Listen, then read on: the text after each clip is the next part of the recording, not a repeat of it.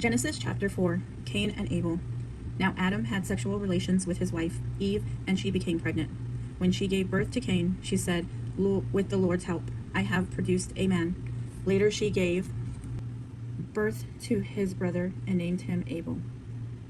When they grew up, Abel became a shepherd, while Cain cultivated the ground. When it was time for harvest, Cain presented some of his crops as a gift to the Lord. Abel also brought a gift, the best portions of the firstborn lambs from his flock. The Lord accepted Abel and his gift, but he did not accept Cain and his gift. This made Cain very angry, and he looked dejected.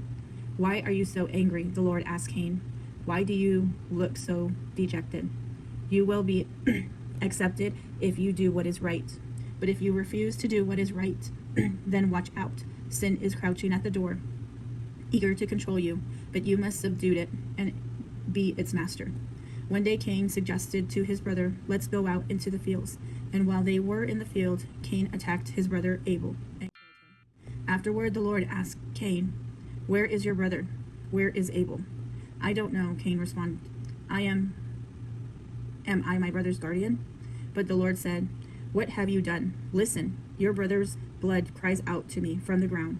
Now you are cursed and banished from the ground, which has swallowed your brother's blood. No longer will the ground yield good crops for you, no matter how hard you work.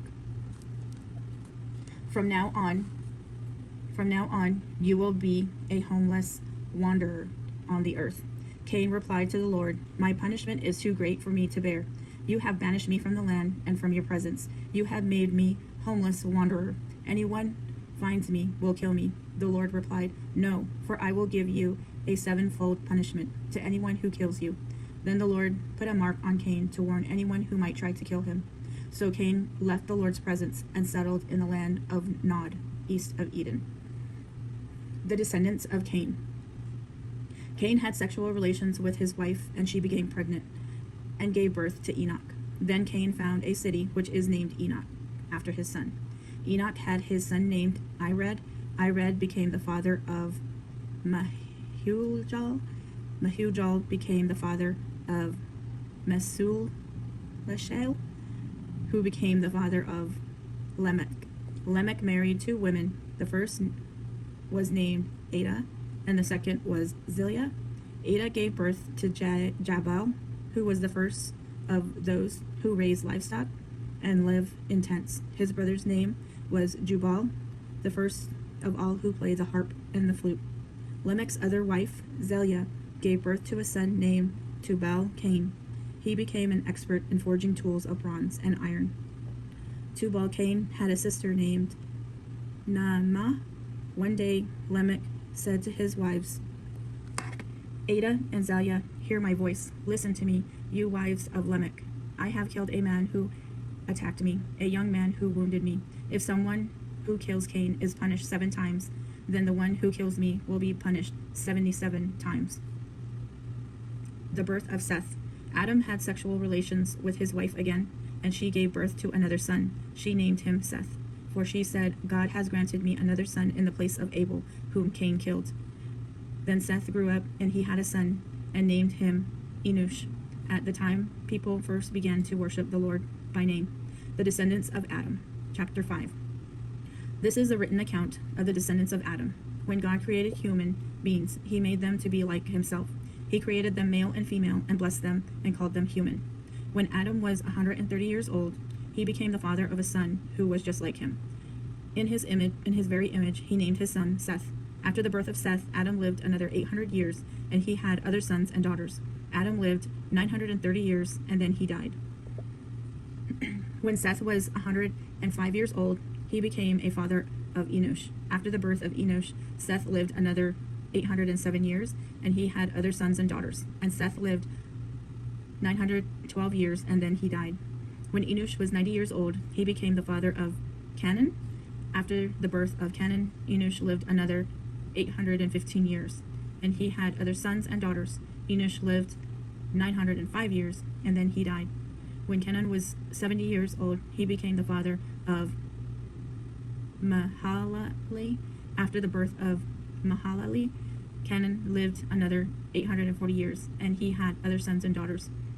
Kenan lived 910 years, and then he died. When Mahalalel was 65 years old, he became the father of Jared. After the birth of Jared, Mahalalel lived another 830 years, and he had other sons and daughters. Mahalalel lived 895 years, and then he died. When Jared was 162 years old, he became the father of Enoch. After the birth of Enoch, Jared lived another 800 years, and he had other sons and daughters. Jared lived 962 years, and then he died. When Enoch was 65 years old, he became the father of Methuselah. After the birth of Methuselah, Enoch lived close to the fellowship of God for another 300 years, and he had other sons and daughters. Enoch lived 365 years, walking in close relationship with God. Then one day he disappeared because God took him. When Methuselah was 187 years old, he became father of Lamech. After the birth of Lamech, Methuselah lived another 782 years, and he had other sons and daughters. Methuselah lived 969 years, and then he died. When Lamech was 182 years old, he became the father of a son. Lamech named his son Noah, for he said, "May he bring us relief from our work and the pain and labor of farming this ground that the Lord has cursed." After the birth of Noah, Lamech lived another 595 years, and he had other sons and daughters. Lamech lived 777 years, and then he died. After Noah was 500 years old, he became the father of Shem, Ham, and Japheth. Genesis chapter 6. A world gone wrong. When the people began to multiply on the earth, the daughters were born to them. The sons of God saw the beautiful women and took any they wanted as their wives. Then the Lord said, "My spirit will not put up with you, humans, for such a long time, for they are only mortal flesh. In the future, their normal lifespan will be no more than 120 years. In those days, and for some time after, giant Nephilites lived on the earth.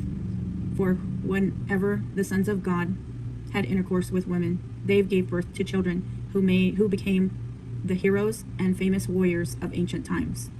The Lord observed the extent of human wickedness on the earth, and he saw that everything they thought or imagined was consistently and totally evil. So the Lord was sorry he had ever made them and put them on earth. It broke his heart, and the Lord said, "I will wipe this human race I have created from the face of the earth. Yes, and I will destroy every living thing, all the people, the large animals, and the small animals that scurry along the ground, and even the birds in the sky. I am sorry I ever made them." But Noah found favor with the Lord. The story of Noah. This is the account of Noah and his family. Noah was a righteous man, who only blameless person living on earth at the time, and he walked in close relationship with God.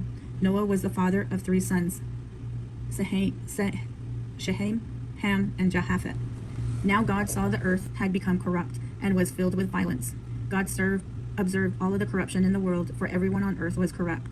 So God said to Noah, "I have decided to destroy all living creatures, for they have filled the earth with violence. Yes, I will wipe them out along with the earth. Build a large boat from cypress wood and waterproof it with tar inside and out. Then construct decks and stalls throughout the interior. Make the boat 450 feet long, 70 feet wide, and 45 feet high. Leave an 18-inch opening below the roof, all the way around the boat. Put the door on the side and build 3 decks inside the boat, lower, middle, and upper. Look, I'm about to cover the earth with a flood that will destroy everything living that breathes. Everything on earth will die, but I will confirm my covenant with you. So enter the boat, you and your wife and your sons and their wives. Bring a pair of every kind of animal, male and female, into the boat with you. Keep them alive during the flood. Pairs of every kind of bird and every kind of animal and every kind of small animal that scurry along the ground will come with you to be kept alive. And be sure to make a board enough for food for your family and for all the animals." So Noah did everything exactly as God had commanded him. Thank you for reading along with me. Come back for chapters 7, 8, and 9.